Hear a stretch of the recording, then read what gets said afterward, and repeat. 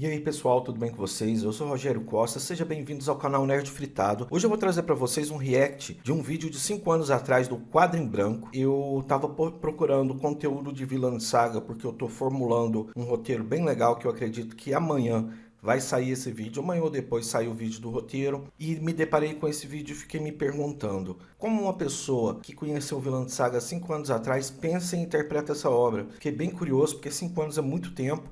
É meia cultura, né? Cada cultura é 10 anos. Essa é uma regra que até hoje é impagável. Cada cultura, movimento cultural básico, se nasce, se procria e se cresce, se envolve em 5 anos e ele já começa a sofrer uma metamorfose durante as próximas décadas, né? Que ele vai infiltrando outras culturas, ele vai misturando e assim vai acontecendo as coisas. E eu fiquei curioso para saber, então vamos de react. Muito obrigado por você estar aqui já vou agradecendo desde já. E se você gostar desse vídeo, deixa o like e também se inscreve no canal se você gostar desse conteúdo. Confere os outros conteúdos aí. Eu tenho react desde o episódio 1 de Vinland Saga, beleza? Foi! Lembrando que eu já fiz a lição básica ali de seguir o quadro em branco e deixar o like no vídeo para a gente começar, beleza? Vai lá, passa lá, ou melhor, passa aqui embaixo, clica no link aqui embaixo, vai no canal dele e conhece mais coisas sobre, ok? Bora? Antes de começar esse vídeo, acho importante avisar que ele tem vários spoilers do mangá Vinland Saga. E é importante falar isso porque se criou toda uma cultura, de certa forma, bem limitadora em torno dos tão falados spoilers, que resume em contar o que acontece, o que deveria ser tratado como mostrar um aspecto de uma obra, uma experiência. Tudo que tem no vídeo são sim coisas da história do mangá, mas de uma visão extremamente pessoal, e eu entendo que isso não deveria afastar tanta gente assim do que eu tenho a dizer. Inclusive, uma das experiências mais interessantes que eu tive no ano passado foi ler o livro de entrevistas do quadrinista Wagner William, O Flerte da Mulher Barbada. Nesse livro, que é uma viagem pelo mundo não só dos quadrinhos nacionais, mas da área sequencial como um todo, uma das perguntas que a entrevistadora, a Daisy, faz é qual a cena dos quadrinhos que te marcou ou que você acha que vale a pena comentar sobre. Agora vocês imaginem momentos das mais diversas obras narrados pelo ponto de vista dos mais de 20 quadrinistas incríveis que fazem parte do livro. Óbvio, choveram spoilers, mas eles ficam tão pequenos, tão insignificantes perto do que aquelas pessoas com visões tão particulares do mundo têm a dizer, que eu não teria como afirmar outra coisa. Valeu a pena. E eu espero conseguir dizer algo com esse vídeo também. E que quando vocês lerem Vinland Saga, se lerem, enxerguem de uma forma completamente nova.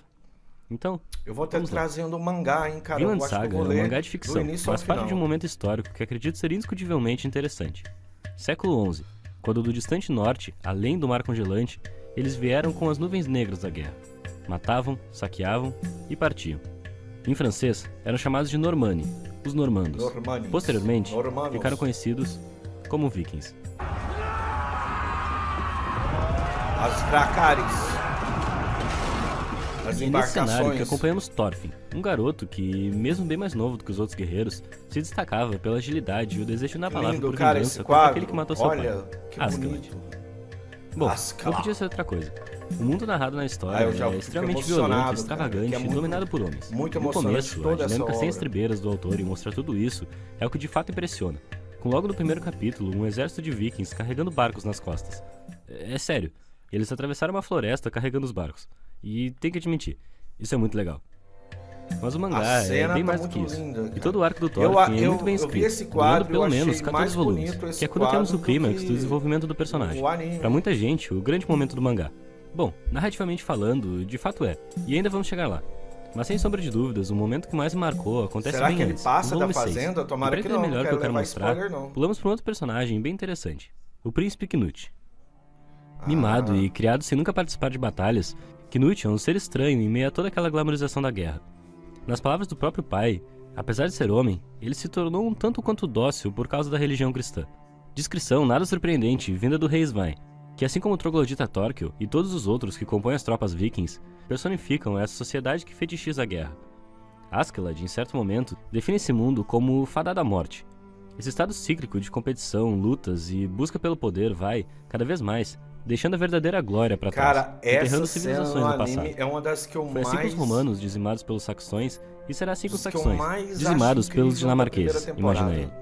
Knut não se encaixa nesse mundo, e começa a questionar o amor de Deus. Apesar de violenta, o autor mostra a cultura viking como muito mais sincera do que a cristã. Ele coloca diversas vezes na obra como algo que cria pessoas reprimidas e que acabam fazendo escolhas pelo medo da punição divina de um deus pedante. O Senhor nos fez a sua imagem, mas muito o Senhor não nos deu seu poder. Aquela cena eu duvido do teu amor, diz o padre que acompanha Knut.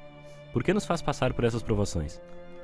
E ao perder aquele que ele considera ser o único que o amava de verdade e observar esse mundo descontrolado que o questionamento do príncipe chega a seu ápice e o faz direcionar a pergunta para o padre. O que é amor? Na filosofia grega, o amor era descrito em 4 palavras diferentes. Philos, um amor virtuoso e desapaixonado baseado em lealdade e amizade. Storgé, uma afeição natural como a que os pais têm pelos filhos. Ágape, um sentimento universal a todas as pessoas e mais ainda a todas as coisas. Incrível. E Eros, não sabia um amor disso. romântico. No mangá, o discurso é muito mais pessimista.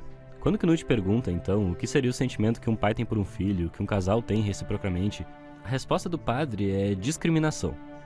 Não se difere em nada de bajular um rei ou chicotear um escravo. Pelo simples fato de considerarmos algumas pessoas mais importantes que as outras, às vezes mais importantes do que a nossa própria vida, não passa disso. Discriminação. Então, onde estaria o verdadeiro amor? Quando questionado, o padre aponta para um corpo no chão, dizendo que ao morrer, ele havia se tornado mais belo do que qualquer ser vivo, pois já não podia matar, odiar ou roubar. Esquecido naquele lugar, sua carne serviria de alimento às feras e aos insetos. Mesmo exposto ao vento e à chuva, de sua boca nunca sairia uma palavra de protesto. A morte completa do ser humano. Aos poucos, o príncipe começa a compreender o que o padre quis dizer. A neve é amor, como o céu, o sol, o vento que sopra, as árvores e as montanhas. Mas como pode não existir amor no coração das pessoas? Como a obra de Deus pode ser tão bela e não existir amor no coração das pessoas? Ninguém sabe amar ninguém. Ninguém sabe por que luta. Pobres guerreiros, as criaturas Pelo mais distantes do amor. O homem e se Deus não vai trazer a do salvação, pecado, né? Knut decide construí-la com suas próprias mãos. Tudo pelo amor perdido. E essa descrição que o transforma da figura frágil de suas primeiras aparições em, nas suas próprias palavras, um verdadeiro rei. Já Thorfinn segue um caminho diferente. Ao perder a única coisa que fazia sua vida ter sentido e se tornar um escravo, ele percebe que a vida, em meio à violência, não lhe mostrou uma única coisa boa sequer.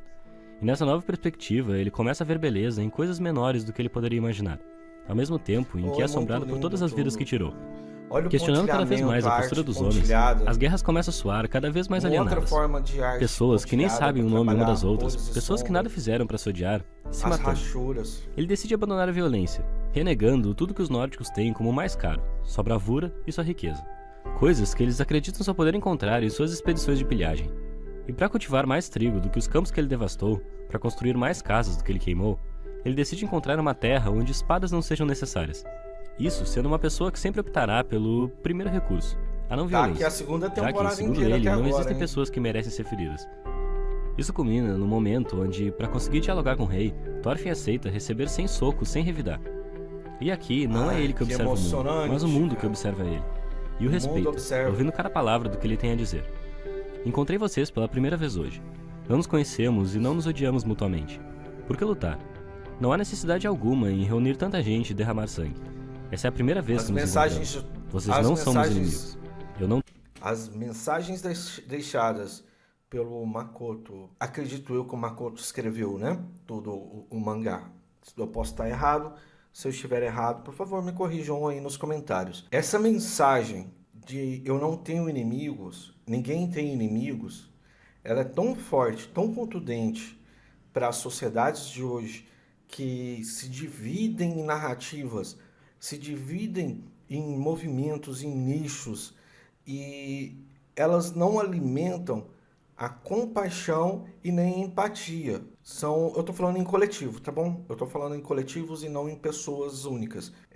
Os coletivos, eles tratam mais as diferenças entre eles do que as suas próprias igualdades. Eles trabalham a identidade desses grupos de uma forma que a identidade dela nunca... Eu sou a favor de algo que traga paz, e sim, eu sou contra algo que me incomoda. O medo de enfrentar o que te incomoda e entender e ouvir e abaixar as armas, esse medo hoje é muito gritante. A gente está em 2023 e a gente vê isso todos os dias das nossas vidas, só entrando em alguma rede virtual ou comentando, conversando com as pessoas e deixando essa explanação do que eu penso, do que eu acho, do que é certo, do que é errado, ela vibrar para fora. Entra a narrativa e entra esse ponto, que é sempre contra, sempre inimigos. Eu tenho os meus inimigos. Aquele grupo é meu inimigo, aquele outro grupo é meu inimigo. E não importa o que eles pensam, eles me ameaçam. Eu sinto ameaça independente se existe ameaça ou não. Hoje em dia, me parece muito como há 1000 anos atrás, hein? Não tenho inimigos.